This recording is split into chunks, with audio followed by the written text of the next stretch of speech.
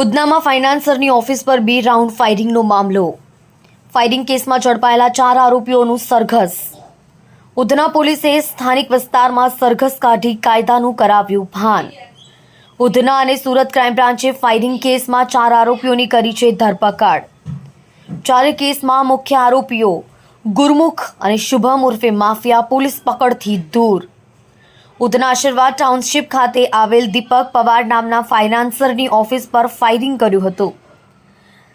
એક ગોળી ઓફિસના કાચ પર જ્યારે અન્ય એક ગોળી તોતિંગ વૃક્ષમાં ધસી ગઈ હતી, જેને કારણે ફાઇનાન્સરનો બચાવ થયો હતો. આ ઘટનામાં ફરાર આરોપી ગુરમુખ અને હાલ ઝડપાયેલા આરોપીઓ પૈકી અજય ઉર્ફે અજ્જુ લિસ્ટેડ બુટલેગર કાલુની હત્યાનો આરોપી. ફરાર આરોપી ગુરમુખ અને શુભમ ઉર્ફે માફિયાની ધરપકડ કરવા અલગથી ટીમ કામે લાગી.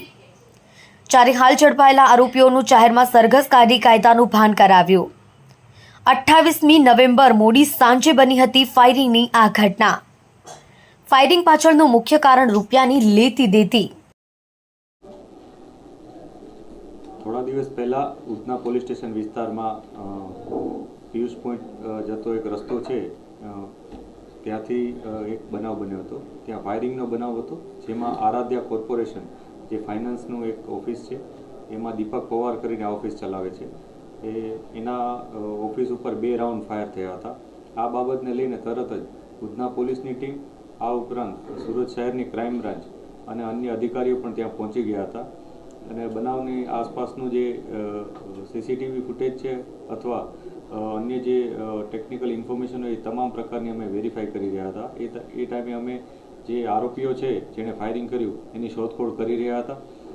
અને આ સાથે અમારા જે ખાનગી બાતમીદારો હોય એને પણ અમે એક્ટિવેટ કર્યા હતા કે જલ્દથી જલ્દ અમને આરોપીઓને આઈડેન્ટિફાય થાય અને પકડાઈ જાય એના માટેના અમારા પ્રયાસ ચાલુ હતા.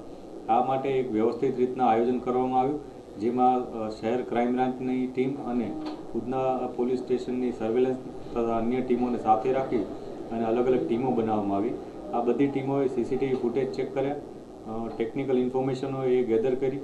એ ઉપરાંત અમે જે બાતમીદારો અને આસપાસના જે લોકો હોય છે, જે લોકોએ નજરે આ ઘટના જોઈ હતી, એ લોકોને નિવેદનો લઈ અને આખી ઘટના કન્ફર્મ કરતા હતા. એમાં અમને 2 નામ મળ્યા હતા શરૂઆતમાં. એક ગુરુમુખ ઉર્ફે ગુરુ, સન ઓફ કૃપાલસિંહ ચીખલીગર, અને એક શુભમ ઉર્ફે માફિયા. આ 2 વ્યક્તિઓના નામ મળ્યા હતા. ત્યારબાદ વધુ ઊંડાણપૂર્વક તપાસ કરી હતી ત્યારે ખ્યાલ આવ્યો હતો કે આ ઘટનામાં કુલ 6 લોકો સામેલ છે. આ 6 લોકો 3 અલગ અલગ વ્હીકલ, જેમાં 2 બાઇક અને એક એક્સેસ મોપેડ, આના ઉપર ડ્રાઈવ કરી અને મૂવમેન્ટ કરતા હતા અને આસપાસ એ લોકો રેકી કરતા હતા. જેમાંથી 2 વ્યક્તિઓ શુભમ ઉર્ફે માફિયા ધીરેન્દ્ર પ્રતાપસિંહ અને ગુરુમુખ ઉર્ફે ગુરુ સન ઓફ કૃપાલસિંહ ચીખલીગર, આ બંને જણાઓએ પોતાની બાઇક ઉપરથી આવી અને આરાધ્યા કોર્પોરેશન નામની ઓફિસ ઉપર ફાયરિંગ કર્યું હતું અને 2 રાઉન્ડ ફાયર કર્યા હતા અને એ લોકો ત્યાંથી નાસી ગયા હતા. આ દરમિયાન જે બીજા 4 જણા હતા જે અન્ય 2 વ્હીકલ ઉપર હતા, એ લોકો પણ ત્યાંથી નાસી ગયા હતા અને પોલીસે એ લોકોની તપાસ શરૂ કરી હતી. પોલીસે આમાંથી 3 આરોપીઓ, જે અલગ અલગ ટીમો બનાવી એ મુજબ 3 આરોપીઓ પકડ્યા છે. એકનું નામ અજય સન ઓફ સંજય ગાયકવાડ છે, એક છે હિમાલય ઉર્ફે સન્ની બોરસે, એકનું નામ છે ગણેશ ઉર્ફે ગણિયો ઉર્ફે બટકો સન ઓફ ચંદ્રકાંત નિકમ. આ 3 જણાની પોલીસે ધરપકડ કરી છે.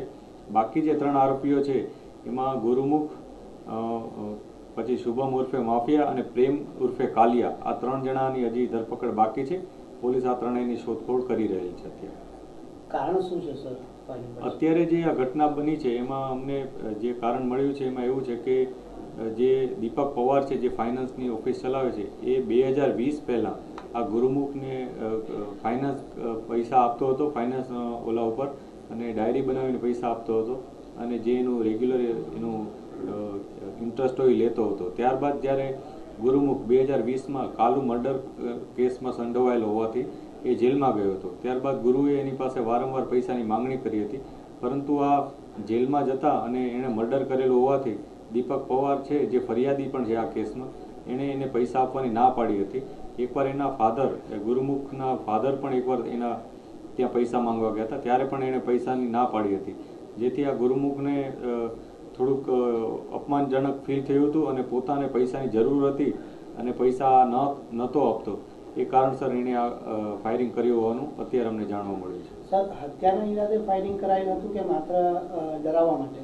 અત્યારે એવું લાગે છે કે હત્યાના ઈરાદે જ કરાયું હોય, જેથી અમે ફરિયાદીની જે ફરિયાદ છે એમાં એટેમ્પ્ટ ટુ મર્ડરનો પણ કલમ ઉમેરેલી છે. આ ઉપરાંત જ્યારે આ મુખ્ય આરોપીઓ પકડાઈ જશે, જે લોકોએ ફાયરિંગ કર્યું છે એના ઉપરથી બધી બાબતો વધુ સ્પષ્ટ થશે. અત્યારે જે આરોપીઓ પકડાયા છે એ લોકોનું પણ આ જ કહેવાનું છે કે આ હત્યાના ઈરાદેથી જ એ લોકોએ ફાયરિંગ કરી હતી. ત્રણેય ઝડપાયેલા આરોપીઓનો ભૂમિકા શું છે અને ગુનાહિત ઇતિહાસ શું છે? આજે 3 આરોપીઓ પકડાયા છે એ કુલ 6 આરોપીઓમાંથી જ 3 છે. એ લોકોએ બેની ટીમ બનાવી હતી અને રેકી કરી રહ્યા હતા પહેલાં કે આ દીપક પવાર કઈ રીતના બહારે આવે છે, એ ઓફિસમાં છે કે નહીં, એની મૂવમેન્ટ કેવી છે, આ પ્રકારની એ લોકોએ પહેલાં રેકી કરી અને આમાંથી જેને ચાન્સ મળ્યો એણે આવીને ફાયર કર્યું. એ પ્રકારની અત્યારે વિગત સામે આવી છે. સર, 2 રાઉન્ડ ફાયરિંગ કોના હસ્તે? જે પ્રાઇમરી વિગત છે એ મુજબ ગુરુમુખે ઉર્ફે ગુરુએ આ 2 રાઉન્ડ ફાયર કર્યા છે અને એની સાથે શુભમ ઉર્ફે માફિયા એ પોતે પણ આ વ્હીકલ ચલાવતો હતો અને પોતે પણ સામેલ છે. પરંતુ એકવાર જ્યારે બંને પકડાઈ જશે ત્યારે અમે આ બાબતે વધુ સ્પષ્ટતા મેળવી શકીશું.